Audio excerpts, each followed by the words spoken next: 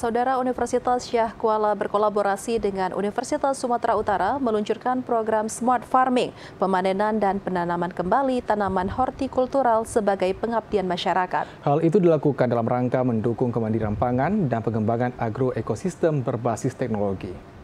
Saat meluncurkan program Smart Farming, pemanenan dan penanaman kembali tanaman hortikultural di Pondok Pesantren Terpadu Teku Ciempe Awi Aceh Besar, Wakil Rektor Bidang Akademik USK, Profesor Agus Sapti mengatakan, kegiatan ini merupakan pengabdian masyarakat kolaborasi Indonesia yang baru diresmikan 24 perguruan tinggi dalam menerapkan inovasi-inovasi yang dihasilkan untuk meningkatkan nilai tambah ekonomi di masyarakat.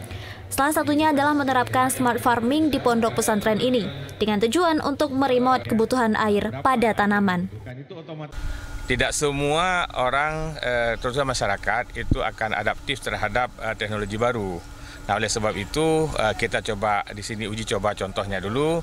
Setelah masyarakat mungkin nanti belajar dan praktek, nanti insya Allah dia akan bisa dikembangkan di tempat masing-masing. Pesannya adalah bagaimana ini bisa berlanjut, jangan hanya karena satu kegiatan, satu hibah, kemudian setelah ini selesai. Nah, harapannya ini bisa berlanjut dan bisa ditularkan ke pesantren-pesantren yang lain. Sementara itu, pimpinan Pondok Pesantren Teku Ciempe Awi Khairunas mengapresiasi kegiatan ini. Dengan adanya smart farming ini, pihaknya bisa bertani secara modern. Ia juga mengungkapkan hal ini dapat membantu dapur para santri.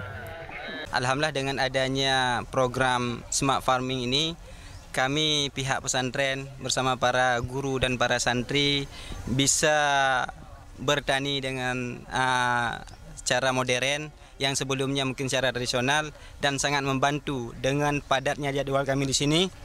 Dan dengan ada program seperti ini, smart farming ini, alhamdulillah sangat bantu pada pesantren kami. Harapannya ke depan program kolaborasi ini bukan hanya sampai di sini, dan ke depan bisa terus berlanjut kerjasama antara pihak pesantren Terpadu Teku Ciempe Awi dengan Universitas Syah Kuala.